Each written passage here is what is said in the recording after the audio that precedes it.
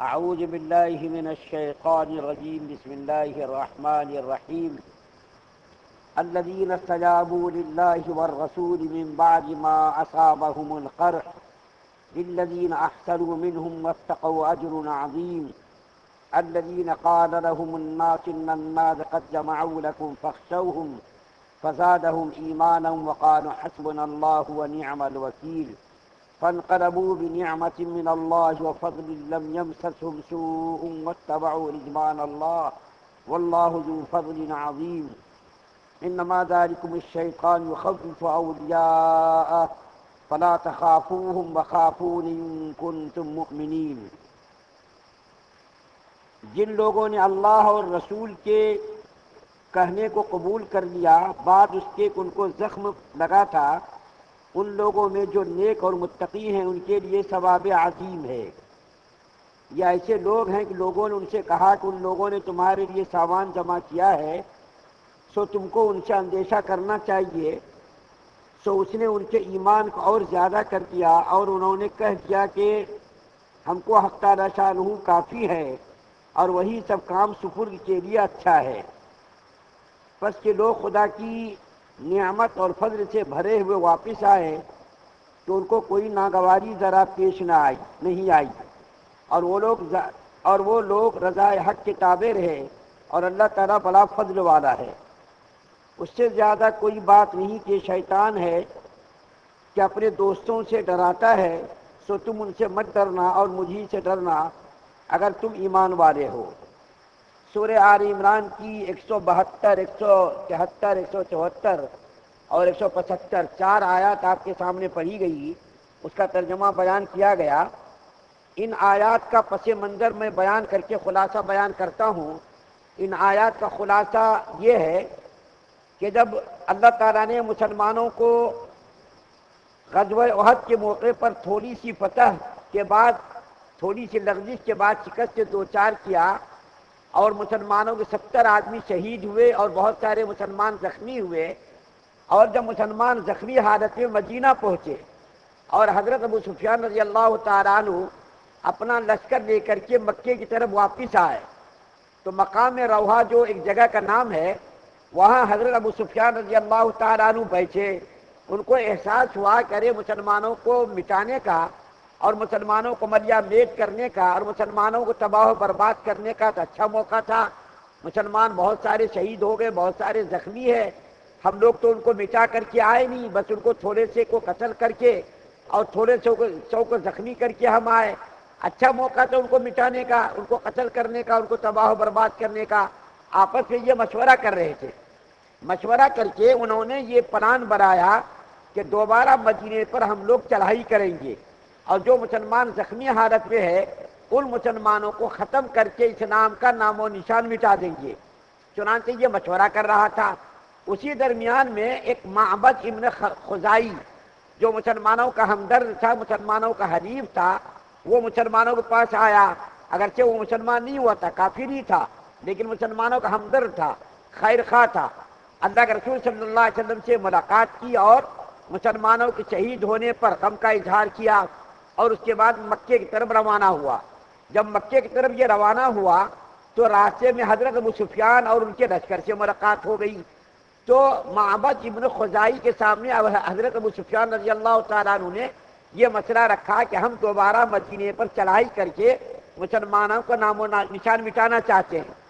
تو معبد خزائی جو اگرچہ کافر تھا لیکن انہوں نے کہا کہ ارے تم ایسی غلطی بھی مت کرنا، تم ایسی غلطی اگر کرو گے تو مسلمان تو کئی گنا زیادہ تم سے لشکر تیار کر کے تم کو مارنے کے لیے، مٹانے کے لیے مدینے سے روانہ ہو چکا ہے، اور میں نے اس لشکر کو دیکھا ہے، اور ایسا لشکر میں نے زندگی میں کبھی بھی نہیں دیکھا۔ معبد خزائی نے بڑھا چڑھا کر کے بات کر دی کہ میں نے ایسا لشکر آج تک نہیں دیکھا جیسا لشکر کہ اللہ کے رسول صلی اللہ علیہ وسلم تیار کر کے مدینہ سے تم کو مٹانے کے لیے آ رہے ہیں۔ حضرت ابو سفیان رضی اللہ تعالیٰ عنہ پر روب طاری ہو گیا، اور انہوں نے سوچا کہ ارے اب ہم کو تو یہاں مناسب نہیں ہے دوبارہ حملہ کرنا، تو وہاں سے مکے کے لیے روانہ ہو گیا۔ جب وہ روانہ ہونے لگا تو کچھ لوگ تھے جو تاجر قسم کے لوگ تھے، مکہ سے مدینہ آ رہے تھے، تو حضرت ابو سفیان رضی اللہ تعالیٰ عنہ نے ان سے کہا کہ جب تم سے ملاقات ہو مسلمانوں کی تو تم مسلمانوں کو ڈرانا، اور ڈرا کر کے تم ان سے یہ کہنا کہ ابو سفیان بڑا لشکر لے کر کے مدینے پر حملہ آور ہونے کی کوشش کر رہا ہے۔ وہ لوگ آئے، جب اللہ کے رسول صلی اللہ علیہ وسلم کو اطلاع ملی کہ حضرت ابو سفیان دوبارہ مدینے پر چڑھائی کرنے کی کوشش کر رہا ہے اور اس کا ایسا جو ہے ارادہ ہے، تو اللہ کے رسول صلی اللہ علیہ وسلم نے حضرت بلال رضی اللہ تعالیٰ عنہ کو بلایا اور بلا کر کے فرمایا کہ مدینے میں اعلان کر دو جو لوگ غزوہ احد کی لڑائی میں شریک تھے وہ لوگ فوراً تیار ہو جائے، ذرا بھی تاخیر نہ کریں۔ دیکھیے ایک ہی دن گزرا ہے، حضرت اللہ کے رسول صلی اللہ علیہ وسلم نے جب اعلان کیا تو یہ اعلان کب ہو رہا؟ اتوار کے دن ہو رہا، اور مسلمانوں کو غزوہ احد کے موقع پر جو معمولی شکست ہوئی تھی وہ کب ہوا؟ وہ ہفتے کے دن یہ واقعہ پیش آیا۔ ایک دن ہوا ہے، ٹھیک سے آرام بھی نہیں کر سکے، زخموں پر مرہم پٹی بھی نہیں کر سکے، مسلمان پریشان تھے، اپنے ساتھیوں کی جدائی پر، اپنے ساتھیوں کی شہادت پر غمگین تھے، زخموں سے چور تھے۔ اللہ کے رسول صلی اللہ علیہ وسلم نے حضرت بلال رضی اللہ تعالیٰ عنہ کو بلایا اور بلا کر کے ان سے فرمایا کہ مدینے میں اعلان کر دو، منادی کر دو، جو لوگ احد میں شریک تھے وہی لوگ تیار ہو جائیں، دوسرے لوگ جانے کی کوشش نہ کریں۔ لیکن ایک صحابی جس کا نام حضرت جابر ابن عبداللہ رضی اللہ تعالیٰ عنہما ہے، وہ اللہ کے رسول صلی اللہ علیہ وسلم کی خدمت میں آئے اور آ کر کے کہا یا رسول اللہ صلی اللہ علیہ وسلم، میرے والد صاحب احد میں شریک ہوئے اور میری چھوٹی چھوٹی بہنیں تھیں، میرے والد نے مجھ کو بہنوں کی نگرانی اور حفاظت کے لیے چھوڑا تھا، میں شریک نہیں ہو سکا تھا، میرے والد صاحب شہید ہو گئے، میں احد میں شریک نہیں ہو سکا، مجھ کو اس کا غم ہے، مجھ کو آپ اجازت دیجیے، میں اس لڑائی میں شریک ہونا چاہتا ہوں۔ تو اللہ کے رسول صلی اللہ علیہ وسلم نے کو اجازت دے دی۔ چنانچہ اللہ کے رسول صلی اللہ علیہ وسلم اتوار کے دن 16 شوال کو مدینے سے اسی لشکر کو جو احد میں شریک ہوئے ان کو لے کر کے روانہ ہوئے، اور مدینے سے تقریباً 10 میل کے فاصلے پر ایک جگہ پر قیام کیا جس کا نام کیا ہے؟ حمراء الاسد، اس مقام کا نام ہے۔ اللہ کے رسول صلی اللہ علیہ وسلم وہاں جا کر کے 3 روز تک مقیم رہے، اور ابو سفیان تو ڈر کے مارے وہاں سے روانہ ہو گئے، اس کا لشکر مرعوب ہو گیا، ڈر گیا، خوف زدہ ہو گیا۔ اللہ کے رسول صلی اللہ علیہ وسلم 3 روز تک وہاں رہے اور آرام سے رہے۔ اس کے بعد جب دیکھا کہ حضرت ابو سفیان رضی اللہ تعالیٰ عنہ وہاں سے مرعوب ہو کر کے مکہ کی طرف روانہ ہو گئے، تو اللہ کے رسول صلی اللہ علیہ وسلم نے حمراء الاسد کے مقام پر تجارت کا تھوڑا کاروبار کیا۔ اس کی وجہ یہ ہوئی کہ کچھ سامان مسلمانوں نے خریدا، کچھ بیچا، کچھ خریدا، کچھ بیچا، تو مسلمانوں کو اس طریقے سے منافع بھی حاصل ہوا کہ جب کفار کا لشکر وہاں سے روانہ ہو گیا، ڈر کے مارے مرعوب ہو کر کے مسلمانوں نے کاروبار کیا، مسلمانوں کو اس میں بھی منافع حاصل ہوا۔ تو یہ خلاصہ ہے ان آیات کریمہ کا۔ اب میں آپ کے سامنے ان آیات کریمہ کا مزید تھوڑا سا خلاصہ بیان کرتا ہوں کہ جب مسلمانوں کو منادی نے آواز لگائی کہ وہاں جانا ہے لڑائی کے لیے، دشمن سے مقابلے کے لیے، تو پہلی آیت کریمہ جو پڑھی گئی 172 نمبر کی، اس آیت کریمہ میں مسلمانوں کی 2 صفت بیان کی گئی، 2 وصف بیان کیا گیا۔ کیا؟ ایک تو یہ کہ جب ان کو آواز دی گئی، بلایا گیا، تو زخمی ہونے کے باوجود بھی وہ لوگ ذرا بھی چوٹ چرا انہوں نے نہیں کیا، بلکہ زخمی ہونے کے باوجود وہ لوگ تیار ہو گئے۔ اور دوسری صفت ان کی، دوسرا وصف یہ بیان کیا گیا کہ وہ لوگ تقوی اور کمال تقوی اور احسان جو ایک اصطلاحی لفظ ہے، حدیث کے اندر بھی اس کا لفظ آتا ہے کہ وہ لوگ زخمی ہونے کے باوجود ایک تو یہ وصف بیان کیا، دوسرا یہ وصف بیان کیا کہ ان کے اندر تقوی، طہارت، بزرگی اور کمال تقوی سے ان کا ضد کیا تھا؟ لبریز تھا۔ اور دوسری آیت کریمہ کے اندر جو 173 نمبر کی پڑھی گئی، اس آیت کریمہ میں اللہ تعالیٰ نے مسلمانوں کی ایمانی غیرت اور مسلمانوں کے ایمانی جوش کا تذکرہ کیا ہے۔ کیا تذکرہ کیا؟ کہ جب ان کے سامنے یہ بات رکھی گئی اور یہ بات جب ان کے سامنے آئی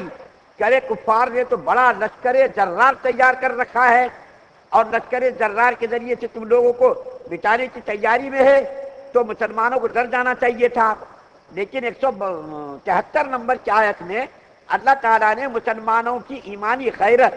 اور ان کی شجاعت اور ان کی حمیت کو بیان کیا۔ کیا بیان کیا؟ جب ان کے سامنے یہ بات آئی کہ کفار کا لشکر جرار مدینے پر چڑھائی کرنے والا ہے، تو مسلمانوں کو صحابہ کرام کو ڈرنے کے بجائے انہوں نے کیا کہا؟ حسبنا اللہ و نعم الوکیل، کہ اللہ ہمارا کافی ہے اور اللہ تعالیٰ ہی بہترین کارساز ہے۔ ڈرے نہیں وہ لوگ، بلکہ اللہ کی ذات پر انہوں نے بھروسہ کیا۔ اس کے بعد جو 174 نمبر پڑھی گئی ہے اس آیت کریمہ میں مسلمانوں کی اس بات کو اللہ تعالیٰ نے ذکر کیا، جب وہ لوگ حمراء الاسد کے مقام پر پہنچے اور کفار کا انتظار کے 3 روز تک، پیر منگل چہار شنبہ 3 روز تک انتظار کیا۔ جب کفار نہیں آئے تو مسلمانوں نے وہاں کاروبار شروع کیا، کچھ خریدا سامان، کچھ بیچا سامان۔ تو اللہ تعالیٰ نے اس کا بھی تذکرہ کیا 174 نمبر کی آیت میں، کہ اللہ تعالیٰ کا فضل لے کر کے، اللہ تعالیٰ کا انعام لے کر کے وہاں سے حمراء الاسد سے مسلمان واپس آئے۔ اور 174 نمبر کی آیت میں اللہ تعالیٰ فرما رہے، یہ جو مسلمانوں کو ڈرانے کے لیے،